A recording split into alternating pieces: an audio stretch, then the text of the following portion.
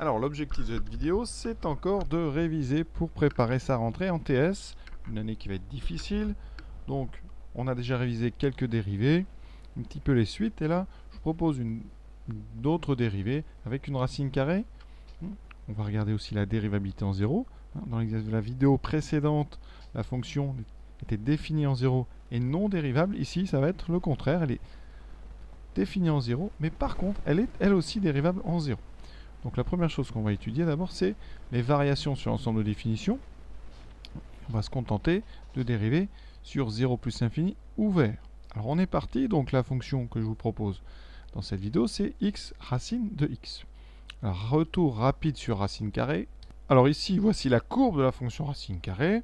Vous voyez bien son démarrage ici quasiment vertical. On a une tangente verticale en 0. Ensuite, on a une légère montée.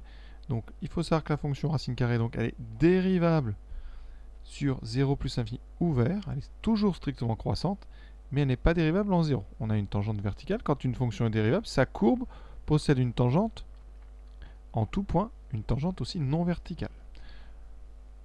Avant de dériver, on va d'abord, comme d'habitude, dire où est-ce qu'on peut utiliser les formules de dérivation. Alors, il faut savoir que la fonction qui est x associée, donc racine de x, je l'ai déjà dit, elle est définie sur R+, mais elle est dérivable donc sur 0 plus l'infini. C'est cette fameuse tangente verticale dont on vient de parler. Ensuite, la fonction qui a x associe x, elle est dérivable tout le temps. Donc ici, ça sera sur 0 plus infini ouvert. Donc le produit des deux, parce que la fonction f c'est un produit. Alors la première, je vais l'appeler u, la deuxième v. Vous avez bien vu que f, c'est le produit de u par la fonction v. Et comme u et v sont dérivables sur 0 plus infini ouvert, ça veut dire que f est dérivable donc sur l'intersection des deux, c'est-à-dire sur, sur l'ouvert 0 plus l'infini. D'accord? Un produit est dérivable là où les deux fonctions, les deux facteurs sont dérivables. La dérivée, donc là vous la connaissez parce que la formule de dérivée d'un produit c'est la plus connue, u'v plus uv'. J'ai donc besoin de dériver u et v. Alors la dérivée de u, u c'est racine carrée de x, on a à connaître ça par cœur. La dérivée de la racine carrée c'est 1 sur 2 racine carrée de x. Pour la fonction v, v' c'est tout simple, la dérivée de x, vous le savez, c'est 1. Ça nous donnera donc comme dérivée sur 0 plus infini ouvert, donc le produit u'v et ensuite uv'. Ça me donne donc alors x fois 1 sur 2 racine carrée de x plus 1 fois racine carrée de x. On obtient donc x sur 2 racine carrée de x plus racine carrée de x. Ensuite, le but est d'étudier le signe de f'. Alors là, on voit bien directement que f' est positif parce que tout est positif. On va quand même mettre au même dénominateur parce que ça fait un bon entraînement. Alors le dénominateur commun, c'est 2 racine carrée de x. D'accord? Donc, le second facteur ici, la racine carrée, on va la multiplier en haut et en bas par 2 racine carrée de x. D'accord? Qu'est-ce que ça fait apparaître? Et c'est ça qui est sympa dans ce genre de fonction. On a x plus le 2, et ensuite racine carrée de x fois racine carrée de x, qui me donne x. Donc en haut, on a tout simplement un polynôme. Il n'y a plus de racine carrée, on a 3x sur 2 racine carrée de x.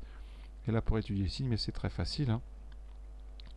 Sur l'intervalle, donc, alors 0 plus infini ouvert, tout est strictement positif. Donc le signe est très simple à étudier. Ici, donc on aura une dérivée f' qui sera strictement positive et qui va ici s'annuler en 0. Alors, vu que la dérivée, là c'est un petit peu subtil, on n'a pas le droit de l'utiliser en 0, puisque vous voyez c'est dérivable sur l'ouvert, on va se contenter d'étudier sur le segment ouvert 0 plus infini. Donc la dérivée est positive, et donc la fonction, et ça c'est une propriété, la fonction f étant un produit de fonctions dérivables, et bien si la dérivée est strictement positive sur l'ouvert, la fonction sera croissante sur le fermé. D'accord? On peut dire f' strictement positif sur 0 plus l'infini, d'accord, implique f strictement croissante sur le fermé, 0 plus infini. D'accord, c'est une propriété. Alors, donc les variations de la fonction, c'est terminé, f est strictement croissante. Voilà. Alors la question qu'on peut se poser, malgré tout, c'est est-ce que la fonction f est dérivable en 0? Autrement dit, graphiquement, est-ce que la courbe de la fonction f admet une tangente non verticale au point de départ de la courbe? Retour donc sur GeoGebra, voici la racine carrée, vous voyez bien son démarrage vertical, donc la fonction n'est pas dérivable en 0. Si je rajoute ici par contre un x comme la fonction qu'on est en train d'étudier, regardez ce qui se passe, et bien vous avez maintenant une tangente horizontale. En tout cas, on a tout à fait l'impression d'avoir une tangente horizontale. Ça signifierait quoi?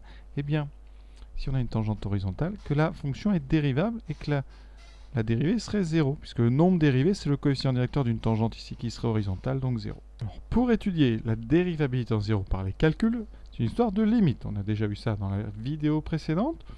Il faut étudier la limite quand h tend vers 0 d'une fonction ici qui serait f de 0 plus h moins f de 0 sur h. D'accord? On va d'abord trouver l'expression de ceci et on regardera qu'est-ce qui se passe quand h tend vers 0.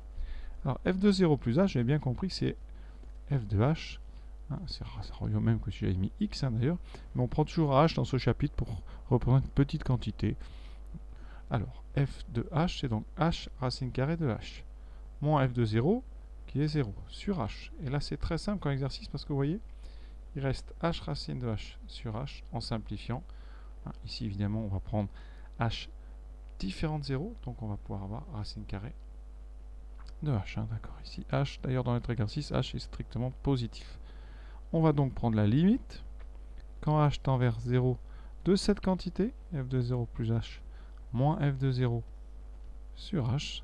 Ça donne la limite de racine carrée de h quand h tend vers 0. Alors, comment ça se comporte? Eh bien, quand h se rapproche de 0, la racine carrée, elle aussi.